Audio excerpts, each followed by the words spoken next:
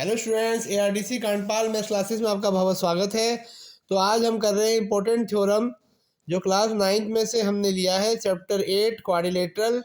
ठीक है, तो ये जो थ्योरम है इसका नाम है मिड पॉइंट थ्योरम। तो मिड पॉइंट थ्योरम इसकी जो स्टेटमेंट है वो इस तरह से है: the line segment joining the mid point of any two sides of a triangle is parallel and half to the third side. ठीक है, तो आइए इसको फिगर के माध्यम से समझते हैं।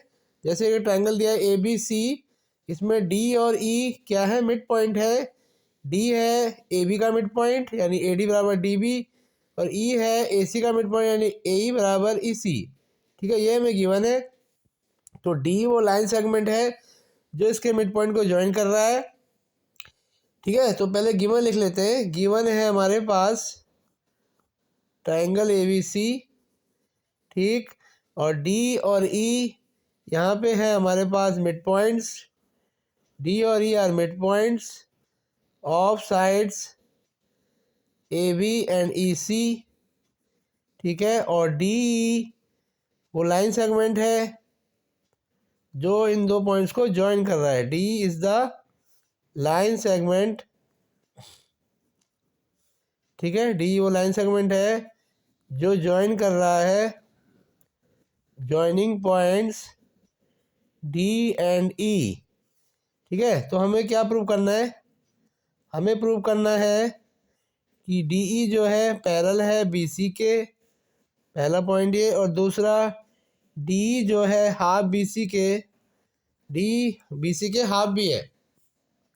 DE पैरेलल है BC के और DE हाफ है BC के। तो यहाँ पे हम करेंगे कंस्ट्रक्शन। ठीक है बच्चों, एक बहुत ही इंपॉर्टेंट थ्योरम आपके पेपर के हिसाब से। तो आइए, तो हमारा सेशन है हमारा 2025-26, जैसा कि आप जानते हैं। चलिए यहाँ पे करते हैं कंस्ट्रक्शन। तो देखिए कंस्ट्रक्शन हम क्या कर रहे हैं, ध्यान समझते हैं। हमने एक CM लाइन ड्रॉ करी है, यहाँ हम एक CM लाइन ड्रॉ कर रहे हैं। ठीक है, जो AB के पैरेलल है। CM लाइन हमने AB के पैरेलल करी ड्रॉ, फिर हमने D को थोड़ा आगे बढ़ा दिया।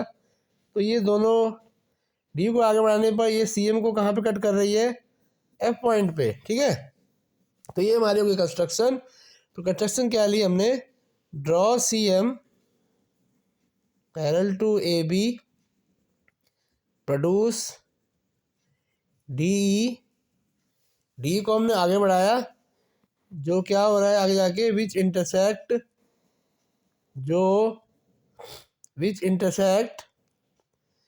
D को हमने आगे बढ़ाया which intersect CM at point F, जो CM को F पॉइंट पे कट कर रहा है। तो आइए अब इसको आगे करते हैं प्रूफ। तो देखिए कैसे करेंगे, अब ध्यान से समझते हैं। आई होप आपको यहाँ तक समझ में आया होगा। अभी गिवन और टू प्रूव भी हमने लिखा है, कंस्ट्रक्शन करिए। तो अब आप देख पा रहे हैं, तो यहाँ पे दो ट्रायंगल बन चुके हैं। एक ट्रायंगल बन रहा है ADE और एक ट्रायंगल बन रहा है CEF। तो आइए इन ट्रायंगल को करते हैं कॉन्ग्रुएंट, देखते हैं किस तरह से कॉन्ग्रुएंट होंगे ADE और CEF। तो अगर आप देखें तो यहाँ पे AB लाइन CM के पैरेलल है और AC जो हो गया ट्रांसवर्सल हो गया। ठीक है, AB लाइन CM के पैरेलल है और AC इसका ट्रांसवर्सल हो गया। तो ये क्या बन गए, अल्टरनेट इंटीरियर एंगल। तो यहाँ पे आपका जो एंगल DAE है, DAE इक्वल टू ECF, क्योंकि ये अल्टरनेट इंटीरियर एंगल, AB जो है CM के पैरेलल है। तो इस तरह से ये बन गए अल्टरनेट इंटीरियर एंगल। आप देख पा रहे हैं AC ट्रांसवर्सल लाइन हो गई। ठीक है, और AE जो है EC के इक्वल है। ये हमें गिवन था पहले से। ठीक है, ये तो हमें गिवन ही था। ठीक है, और तीसरी चीज़ अगर आप देख पा रहे हैं तो यहाँ पे दो एंगल बन रहे हैं। एक बन रहा है आपका AED, ठीक है, और एक बन रहा है आपका CEF। तो ये कौन सा एंगल है, ये है आपके वर्टिकली अपोजिट एंगल VOA। तो आपके जो ADE है और ये जो आपका CEF है, ये दोनों यहाँ से क्या हो गए, कॉन्ग्रुएंट। कौन सा रूल लगा, angle side angle, angle side angle के रूल से ये कॉन्ग्रुएंट हो गए। तो अब ध्यान से समझते हैं आगे क्या है।